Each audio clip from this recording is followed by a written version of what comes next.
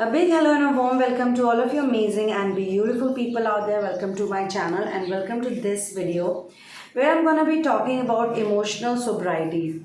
Now this is a very important topic because it means that people who stop soaking in or drinking in or taking in other people's chaos can experience emotional sobriety. And why do we need to practice this is because when we fall in love, when we get into a relationship, or even when we are doing inner work, we could be in hermit mode and doing inner work, or we could be in any situation, a single parent, divorcee, married.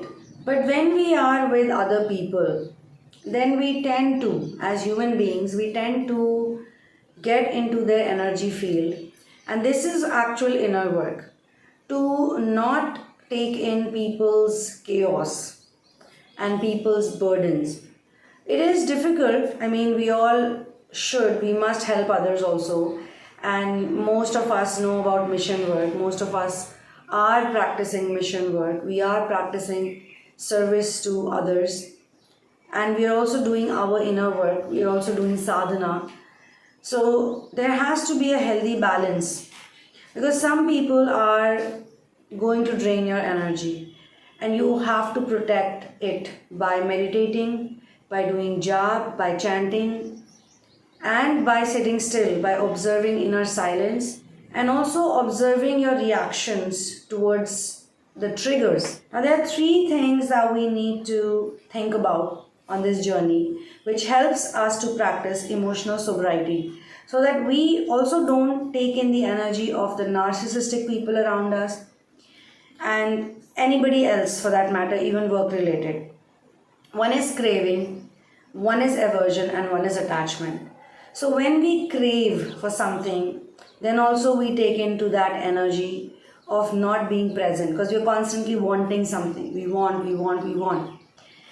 What we don't want, that is aversion. I don't want, I don't like this, I don't need this. Because when you're in surrender mode, everything should be accepted by you.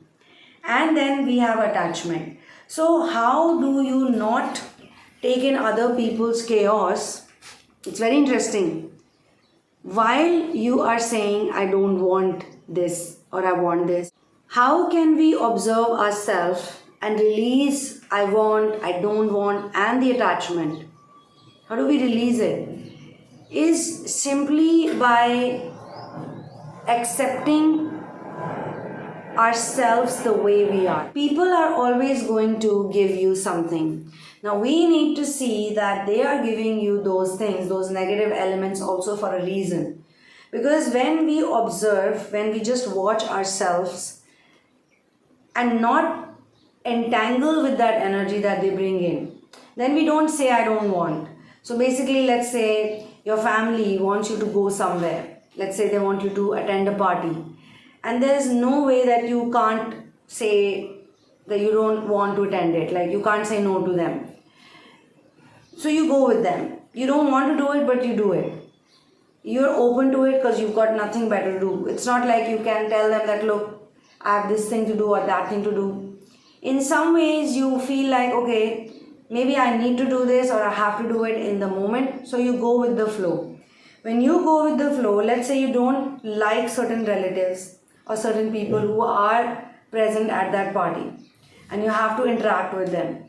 So this is where you can watch yourself. Maybe you can see it from another perspective. Maybe you can see the real reason why you don't like those people. You don't have to face them every single day, every now and then.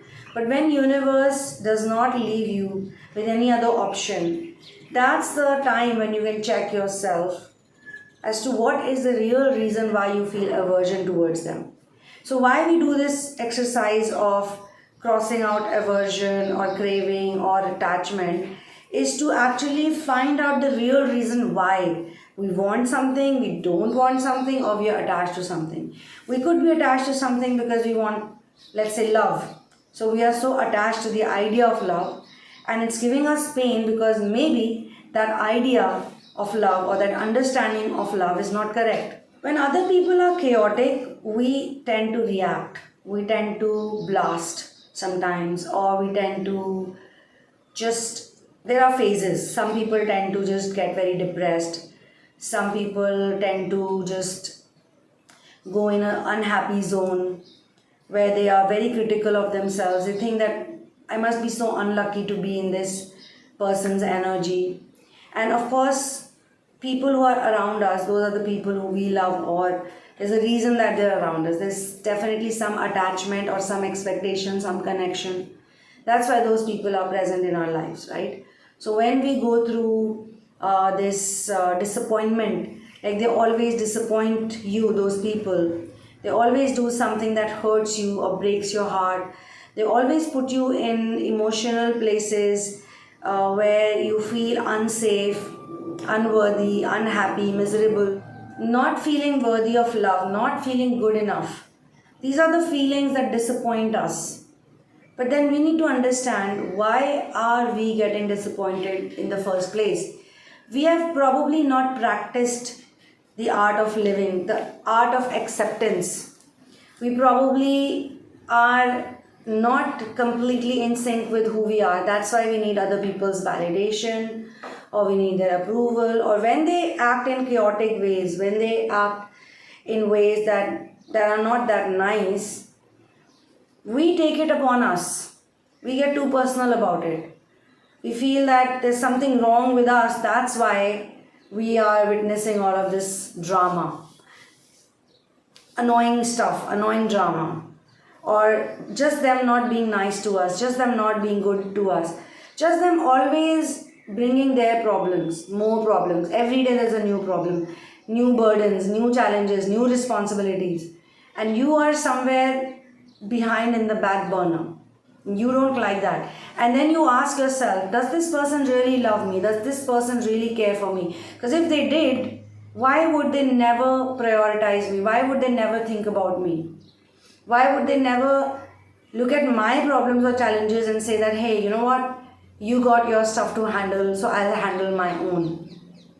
Why do I have to baby them? Why can't I be the baby? Because maybe there are a lot of these memories that keep cropping into your mind and keep distracting you from the here and now. So I leave you with this introspective fodder. I will see you in the next one. One love, peace out, and victory to Ram.